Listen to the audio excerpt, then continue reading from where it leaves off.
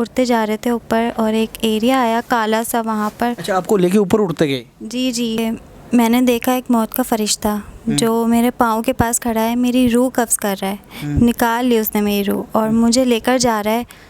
آپ یقین کر سکتے ہیں کہ وہ مجھے جہنم میں لے کر جا رہے ہیں کہ کانوں سے خون آ رہا ہے, تمہارے منہ سے خون آ رہا ہے.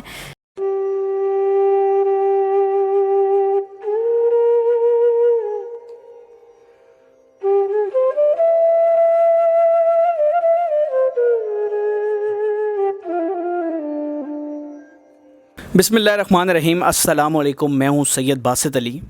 آج کی کہانی سن کر آپ رنجیدہ بھی ہوں گے, دکھی بھی ہوں گے, آنسو بھی آپ کی آنکھوں سے آئیں گے کہ ایک لڑکی جو زندہ مر کے زندہ ہوئی ہے, جس کا انتقال ہوا اور انتقال ہو کے جہنم تک گئی, وہاں پر اس نے کون لوگ بھی دیکھے جلتے ہوئے.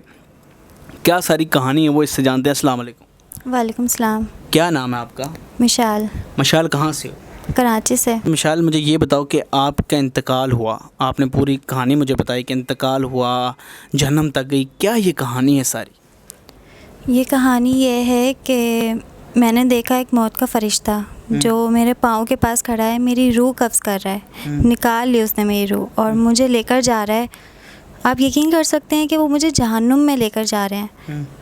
وہاں پر اتنی آگ تھی کہ میں آپ کو بیان نہیں کر سکتی. وہ پورا شہر جیسے پورا ہی آگ جیسا تھا. میں کچھ لوگوں کو وہاں پر جلتے ہوئے دیکھا. کن لوگوں کو؟ کچھ سیاست دان تھے, میں ان کا نام نہیں لوں گی, لیکن میں نے انہیں جلتے ہوئے دیکھا. مجھے ایک جگہ لے کر جا رہے تھے جہاں وہ پورا گھر جیسا تھا, وہ پورا جل رہا تھا اور کہہ رہے تھے کہ تم یہاں پر رہو گی.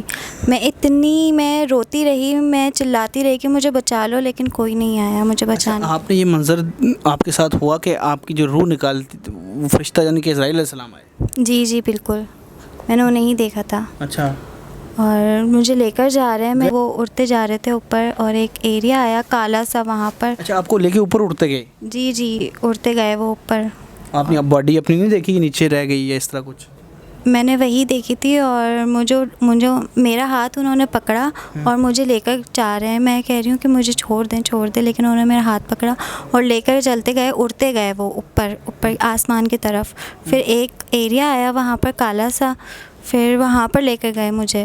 اور پھر ہی میں نے دیکھا وہ سارا منظر جیسے جہنم ہی تھی وہ. اور ایسے ہی میں نے لوگوں کو جلتے ہوئے دیکھا. مجھے کہا کہ تم بھی یہاں رہو گی. میں اتنی چلائی ہوں, میں اتنا روئی ہوں, میں اتنا گر گرائی ہوں ان کے آگے کہ مجھے چھوڑ دیں, مجھے نہیں رہنا. پھر ایک دم سے پھر میرے کانوں میں سے بھی خون نکلنے لگ گیا. میں گھبرا گئی, میں اٹھی ایک دم سے.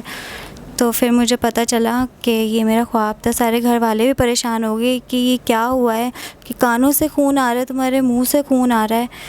اور اس کی وجہ یہ تھی, مجھے پتہ چلا کہ میں میوزک بہت زیادہ سنتی تھی, میں سنگنگ کرتی تھی ہر اینی ٹائم, میں یہی میوزک, اسی وجہ سے مجھے یہ خواب آیا. اچھا ریئلٹی میں خواب کے بعد آپ کے کانوں سے اور منہ سے خون آنے لگ گیا؟ جی بالکل, خون آنے لگ گیا. جیسے میں اٹھی ہوں نا تو میرے کانوں میں سے اور منہ میں سے خون آنے لگ گیا. تو مجھے پتہ چلا کہ یہی وجہ ہے کہ میں دین سے بہت زیادہ ہی دور ہو چکی ہوں. تو اس لیے آپ بھی پلیز میوزک سے, سنگنگ سے سارا دور رہیں اور اسلام کی طرف آ جائیں. ناظرین یہ دیکھیں, یہ کہانی اس کے ساتھ اوریجنل ہوئی کہ اس کی پوری پراپر جو ہے روح وہ قبض کی گئی اور اس کو اوپر لے کے جایا گیا اور وہاں جہنم کا رستہ دکھایا. اس کو سیدھے راستے پہ لانے کے لیے اللہ جس کو سیدھے راستے پہ لائے کیسے لاتا ہے. اور اس نے جو ہے, اب آپ میوزک سنتی ہیں؟ نہیں, اب میں بالکل بھی نہیں سنتی. اور میں صبح اٹھتی ہوں تو میں سورہ رحمان سنتی ہوں اور بس صورتیں سنتی رہتی ہوں, قرآن کی تلاوت کرتی ہوں. میں میوزک سے بالکل دور ہو گئی ہوں. اور میں اور لوگوں کو بھی کہتی ہوں جو بھی مجھ سے ملتا ہے, تو میں انہیں یہی کہتی ہوں کہ آپ پلیز میوزک سے دور رہیں. میوزک یعنی گانے بجانے سے, اور ہمارے ہاں گانے عام ہیں. ہماری فلمیں دیکھ لیں, ڈرامے دیکھ لیں, پردگی ہے ہی نہیں.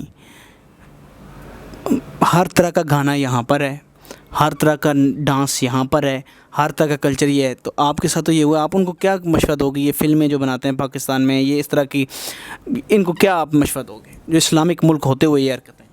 میں یہی مشورہ دوں گی کہ آپ پلیز ان سب چیزوں کو بند کر دیں اور لوگوں کو ان سب سے بہکانا بند کر دیجیے.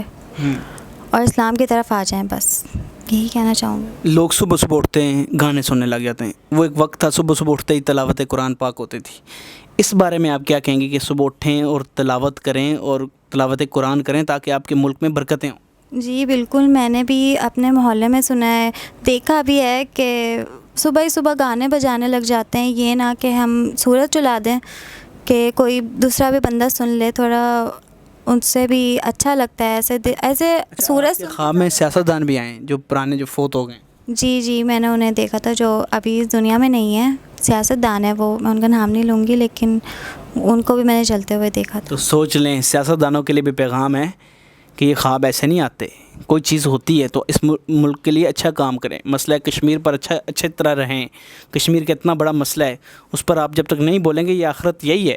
خیر وہ الگ بات ہے، لیکن یہ بات ان کی کہانی میں نے کہا آپ تک ضرور پہنچاؤں کہ ایک لڑکی جس نے اپنے آپ کو جہنم کے راستے پہ جاتے ہوئے دیکھا اور اس سے نکل کر اب وہ قرآن کی تلاوت سنتی ہے. یہ میوزک بالکل نہیں سنتی، گانے بجانے بالکل نہیں سنتی. اس کی ریئلٹی میں خون آیا، اور جب خون آیا اپنے گھر والوں کو دکھایا.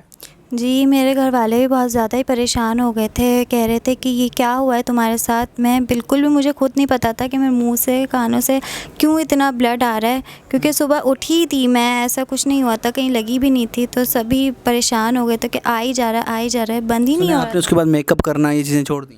جی بالکل. بڑی بات ہے ناظرین.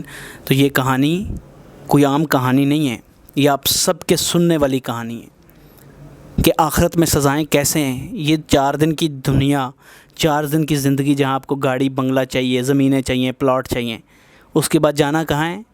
قبر میں. اور اس کے بعد کیا ہونا ہے؟ عذاب الہی. اگر آپ آج ہی سیدھے راستے پر نہیں آتے. ہمارے ملک میں سود عام ہے، سود پہ ملک چل رہے ہیں. کیا فائدہ؟ کیا ان چیزوں کا فائدہ جب آپ کے ملک میں اگر آج آپ سود لیتے ہیں کل جا کے آپ جہنم کی سیر پہ جائیں گے، کل آپ جہنم میں جائیں گے.